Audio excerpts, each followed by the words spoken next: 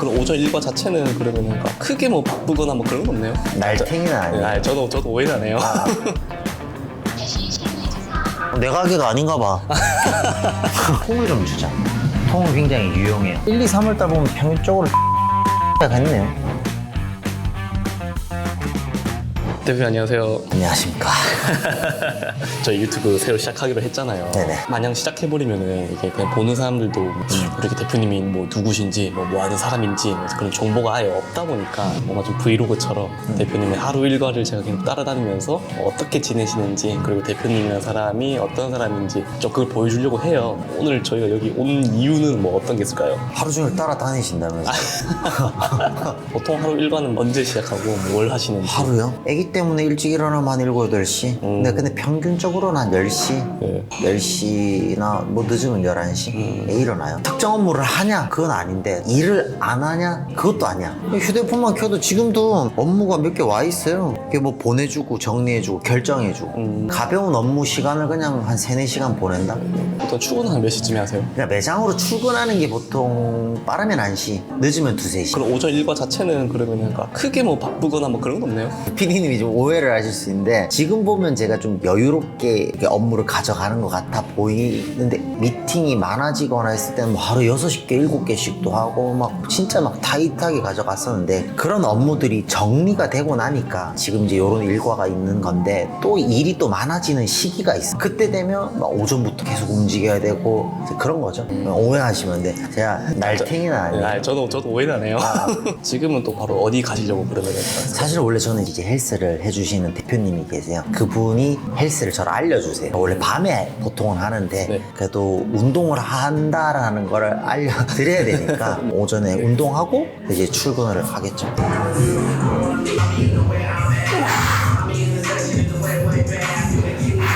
운동을 그래도 한 몇 년 정도 하신 거예요? 틈틈이 했는데 제대로 지금 복귀해서 하기 시작한 지는 지금 이제 4개월? 12달 중에서 한 3, 4개월? 근데 이제는 체력도 떨어지고 운동을 안 하면 잡생각도 많이 나고 그래서 요즘은 헬스를 알려주신 또 스승님이 계시니까 또 이거 좀 스승님이 이 영상을 혹시 봤을 때 제 자세가 또 삐뚤어져 있으면 이제 또 알려주시겠죠.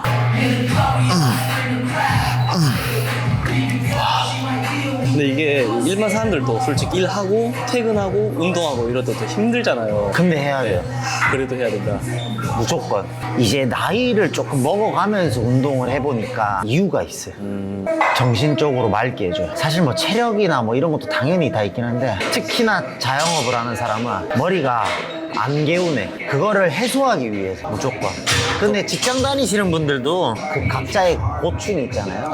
안 할 이유가 없다. 저도 그래서 40이 오기 전에 바프를 찍어보는 게 목표. 근데 대표님께서는 가장 많은 잡생각이 뭐예요? 이 생각도 있고 저 생각도 있겠지만 큰 틀에서 보면 나는 된다인데 될까가 되면 짜증이 나는 거지. 그러면 그 될까를 다시 된다로 데리고 오는 작업인 거지. 나는 된다인데 내가 인생을 잘 살고 있나? 전 약간 좀 모르겠다.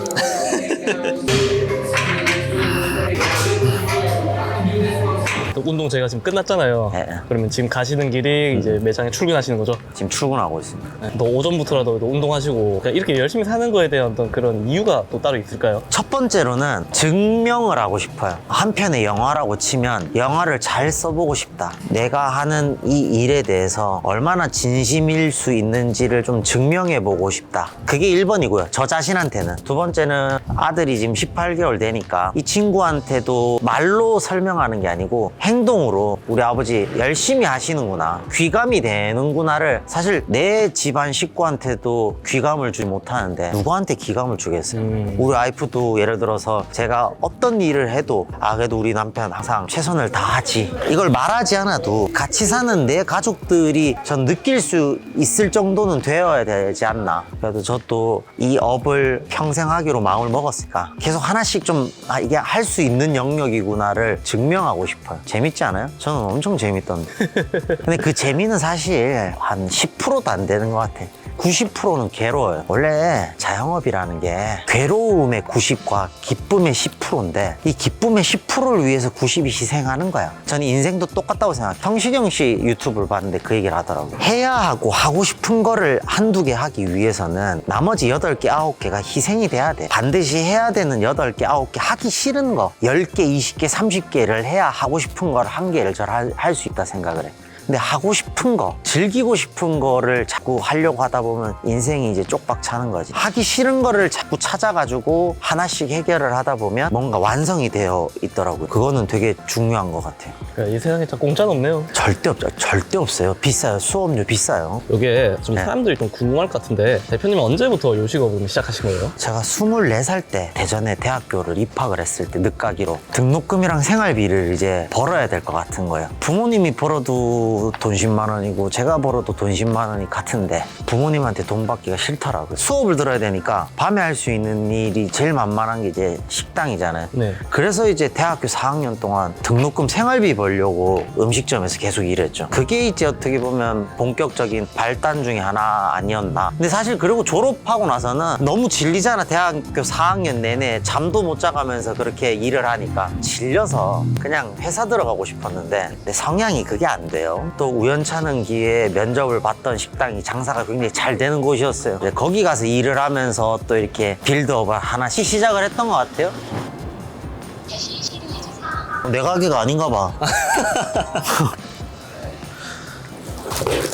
대표님 이제 매장에 이렇게 처음 오시면은 네. 좀 제일 먼저 뭘부터 하세요? 어제 마무리가 잘 됐나? 그리고 오늘 뭐 해야 되지? 체크를 항상 하죠. 대충 보면 다 보여요. 애들이 어떻게 정리를 잘 했는지. 이 잔소리라기보다도 그런 부분을 이제 체크를 좀 해줘야 되는 거죠.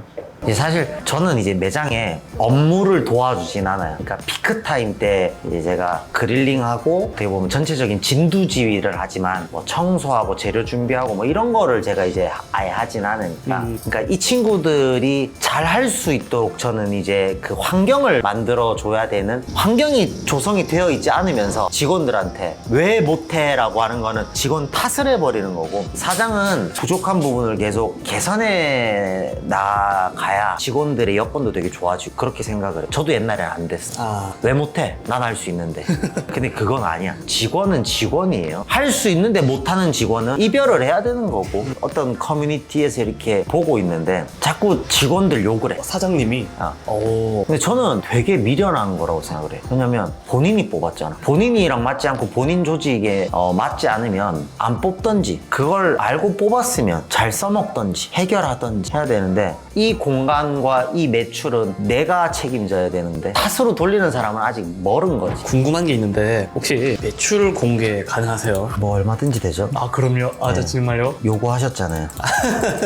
보는 사람들이 또 가장 궁금해할 것 같아서 말씀드려본 거거든요. 얼마든지. 네네. 이런 거는 정직해야 되니까 12월부터 잡아본 게 특수를 받는 달도 있고 평균적인 달도 있다, 이제 이런 거를 보여드리려고. 1, 2, 3월 달 보면 평균적으로 7,300 했네요. 여기가 23평이니까 테이블 뭐 11개도 안 되는 걸로 이 정도 팔면 뭐 나쁘지 않죠? 평균점이 계속 올라가 줘야 된다고 생각을 하기 때문에 하방선이 안 무너지는 게 중요하다. 12월 같은 경우에는 거의 9,000 팔았는데 이때 못 온 손님이 훨씬 많으니까 한 4, 5천만 원은 못 팔았을 것 같은데. 와. 사실은 주말 같은 경우에는 못 받는 손님이 하루에 한 150에서 200만 원은 돼요. 테이블이 없으니까. 그 금토일 같은 경우에도 450만 원씩 3일을 팔았는데 뭐 못 받은 팀이 뭐 한 200만 원 되는 것 같아요. 근데 이것도 계속 잘 만들어 가는 게 중요한 거지. 수치적으로 말씀을 해달라고 하셨으니까 얘기를 한 거고, 네. 오신 손님이 잘 먹고 만족하고 가느냐가 전 제일 중요해요. 우리가 오늘 서비스한 서비스의 질이 최고로 좋냐를 계속 체크하는 게 사실 중요하다. 근데 제가 아까 전에 여기 가게 살짝 좀 둘러보면서 받는 건데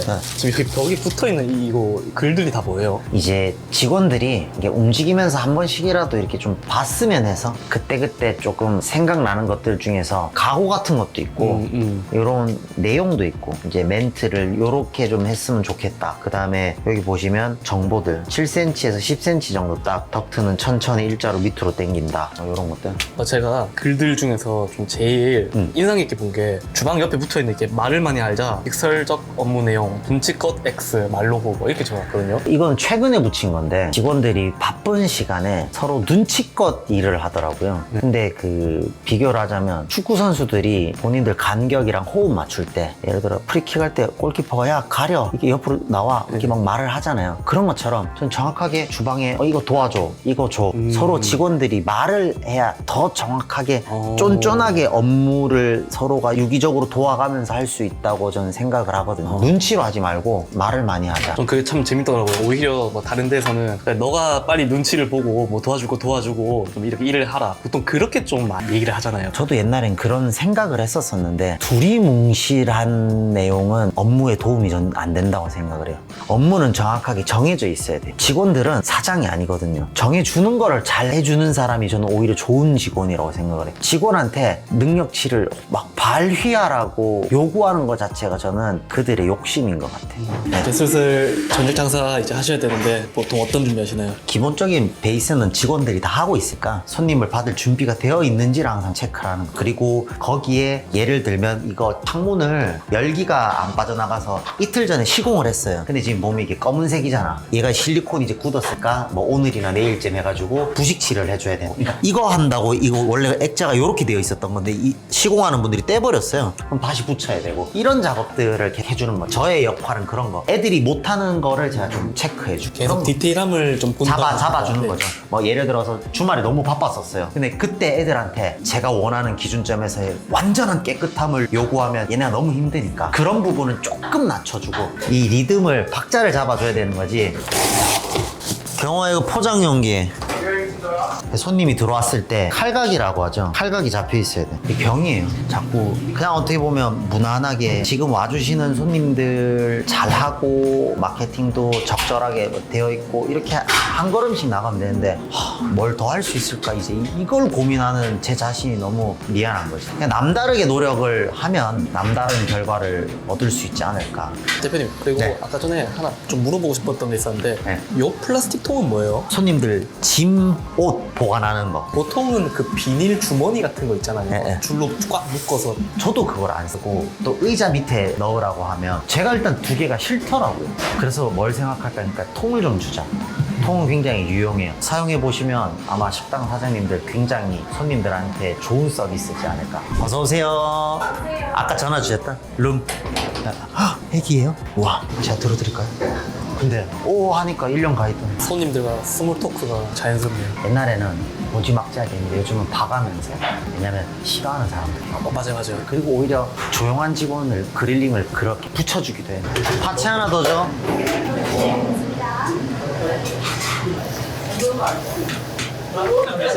여기다 짐 두세요. 어서오세요. 어서오세요. 예약하셨나요? 여기 앉으세요. 4번에 두 분. 박스 드릴게요. 이거 드셔도 됩니다. 예를 들어서 국적 잉글랜드였으면 난리 났지. 케인이 된 거지. 나는 초벌해서 나오니까. 어라나 5번도 올려줘.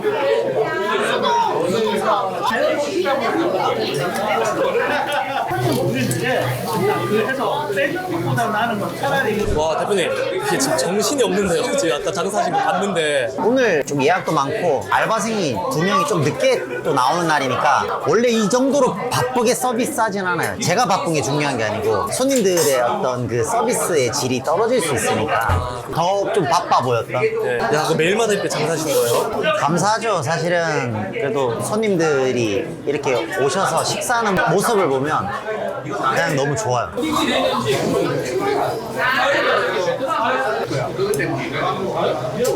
지금 만석이에요. 제가 오늘 대표님이랑 같이 하루 동안 생활을 했잖아요. 네. 아, 이렇게 느껴봤는데 저는 오전까지만 해도 몰랐거든요. 대표님께서 좀 갓생을 사실 줄. 한량이로 보셨구나.